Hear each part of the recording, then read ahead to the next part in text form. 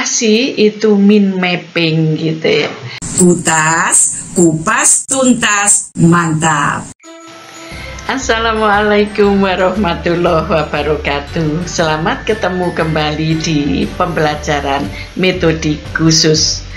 Dalam proses pembelajaran metode khusus sangat penting untuk saudara pahami, karena saudara sebagai nakes akan menyampaikan, mengedukasi masyarakat sehingga membutuhkan metode yang perlu untuk mendukung capaian pembelajaran.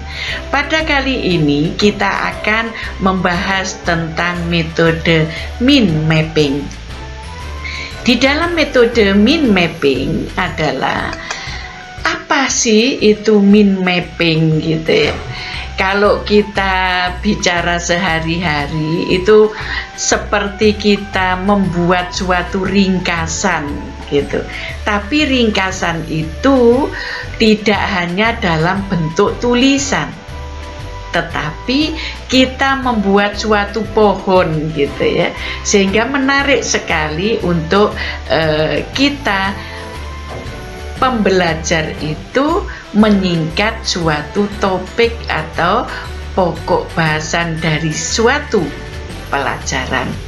Nah, untuk mind mapping itu adalah suatu cara sebenarnya yang mudah ya, menempatkan dan mengambil informasi. Jadi kalau misalkan kita belajar suatu teori yang banyak ya, sudah diberikan dosen, maka kita bisa bentuk dalam suatu ringkasan supaya kita mudah dalam proses belajar.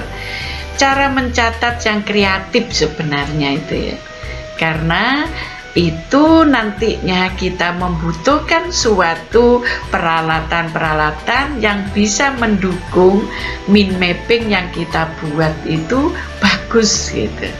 Nah, ini juga memitahkan pikiran ya, supaya kita itu bisa runtun dalam berpikir gitu ya, bisa runtun dalam berpikir kita. Contohnya ini, ide terpenting atau pusat dari mind-nya. Ini pokok yang akan kita bahas ya di sini. Ide atau mata kuliah apa, misalkan saraf ya, saraf itu banyak, tapi saraf apa? Oh, saraf di mata misalkan, berarti di sini dipusatkan. Kemudian ini merupakan pikiran utama dan ini pikiran-pikiran sekundernya yang cabang-cabangnya gitu ya.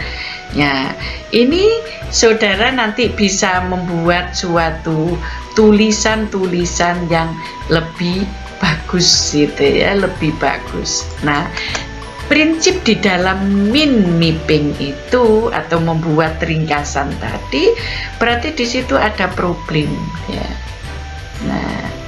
Nah, pandangannya harus menyeluruh, nanti kita menyikapinya secara utuh gitu ya. Arahnya harus jelas, ide dan kreativitasnya harus muncul ini. Makanya ini melatih untuk ide-ide ya dalam penulisan. Kemudian mengumpulkan banyak data. Jadi nanti bisa dibuat kalau hasilnya bagus itu seperti pohon gitu ya. Ini menyenangkan sekali di dalam pembuatan untuk meringkas materi gitu ya dalam bentuk yang bagus gitu ya. Nah, ini contoh aja sekarang. Ini perbedaan ada dua. Ini kalau dalam bentuk tulisan seperti ini. Tulisan satu warna, satu pulpen gitu ya. Mereviewnya juga waktunya lama. Ya, pemahaman yang kita dapat itu lama. Belajarnya juga lama, statis di sini. Ini. Tetapi kalau kita membuat ringkasan dalam bentuk mind mapping, maka kita harus persiapkan kertas. Ya, kita perlu tulisan ya, simbol, gambar gitu ya. Ini menarik sekali, coba dilihat ya. ini berwarna-warni ya, sehingga kita membutuhkan spidol yang berwarna-warni ya. Kemudian tulisannya juga ada tebal, ada tipis, yang semua itu mempunyai arti. Belajarnya akan lebih cepat di sini. Dan ini melihat bahwa kita lebih kreatif di sini ya. Jadi ini contoh, ini wirausaha.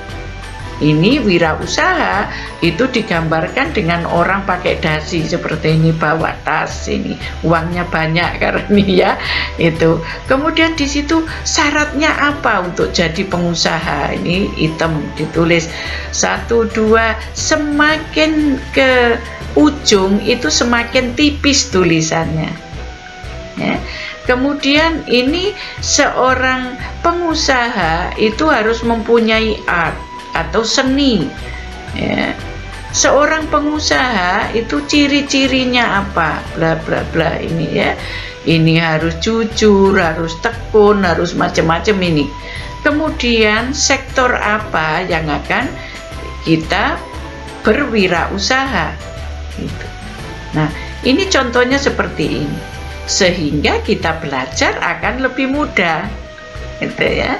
Nah, untuk itu menurut Busan, mind mapping itu terdiri dari ya, berarti ini harus ada tulisan ya, ada kertas kosong, ada tulisan, kemudian ada bentuk angka-angka, dan angka-angka itu mulai dari yang berwarna-warni, kemudian besar kecilnya juga berbeda, kemudian ini juga perlu ada garis, panah, kemudian ada warna ya, pewarna gini, kemudian ini ada simbol-simbol yang akan kita gunakan.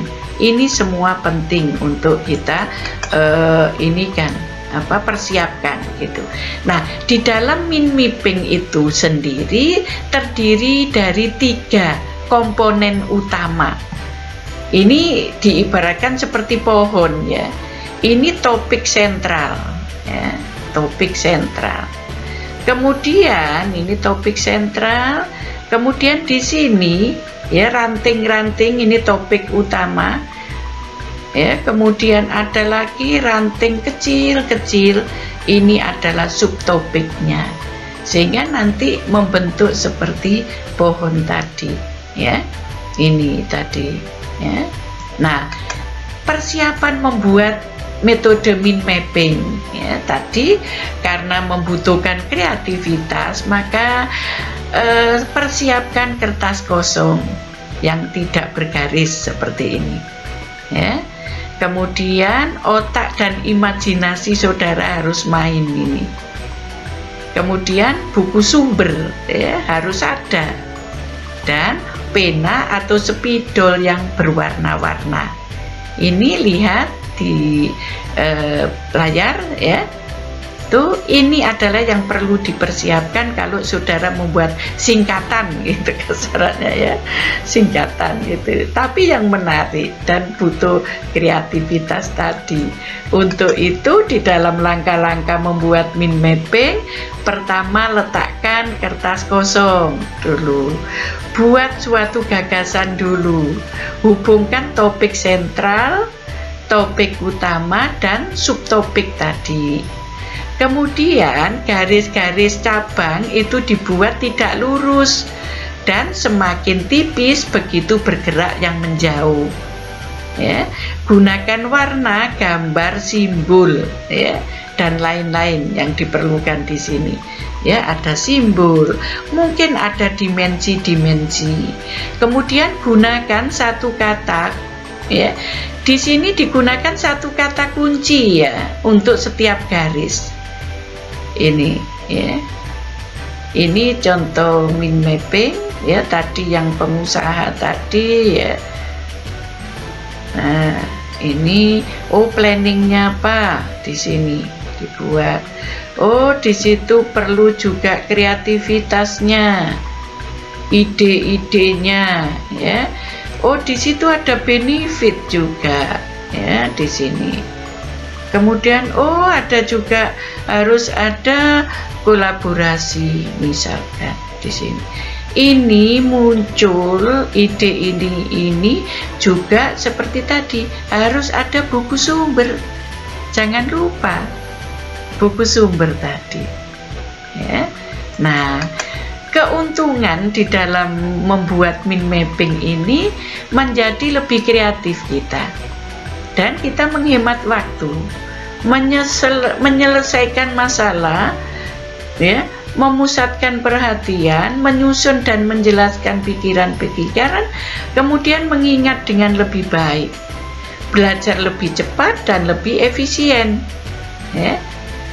Walaupun tadi membutuhkan modal itu, ya, butuh spidol warna, butuh buku, butuh buku tulis kosong, buku sumber, ya.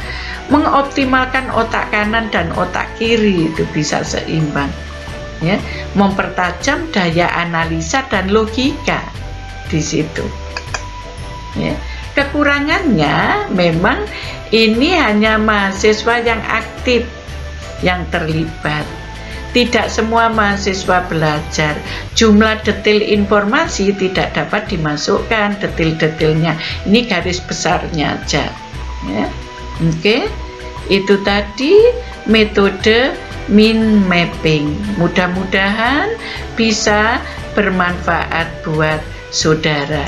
Ini tadi yang perlu saudara perhatikan. Dengan adanya perbedaan ini, maka saudara akan bisa mencoba untuk mata kuliah apa yang saudara pilih untuk membuat suatu mind mapping. Selamat mencoba, mudah-mudahan berhasil. Dan saya akhiri cukup sekian. Terima kasih. Wassalamualaikum warahmatullahi wabarakatuh. Jangan lupa subscribe, share, like, komen. Matur nuwun.